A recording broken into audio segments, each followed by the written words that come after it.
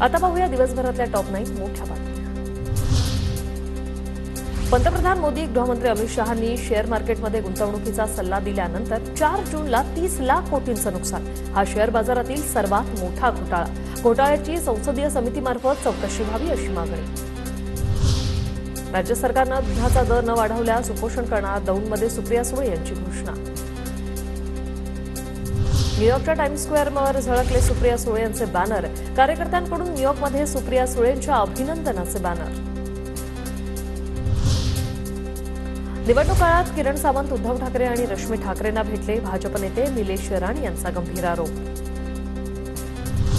विधिमंडळाचं अधिवेशन लांबणीवर, 10 जूनला होणारं राज्याचं अधिवेशन 27 जूनला होणार। मंत्री सुधीर मुनगंटीवार यांची माहिती। रत्नागिरी विधानसभा मतदारसंघ पण पारंपरिक भाजपचा, तो आम्हाला परत मिळावा आणि तो आम्ही घेणार, निलेश राणेंचा दावा।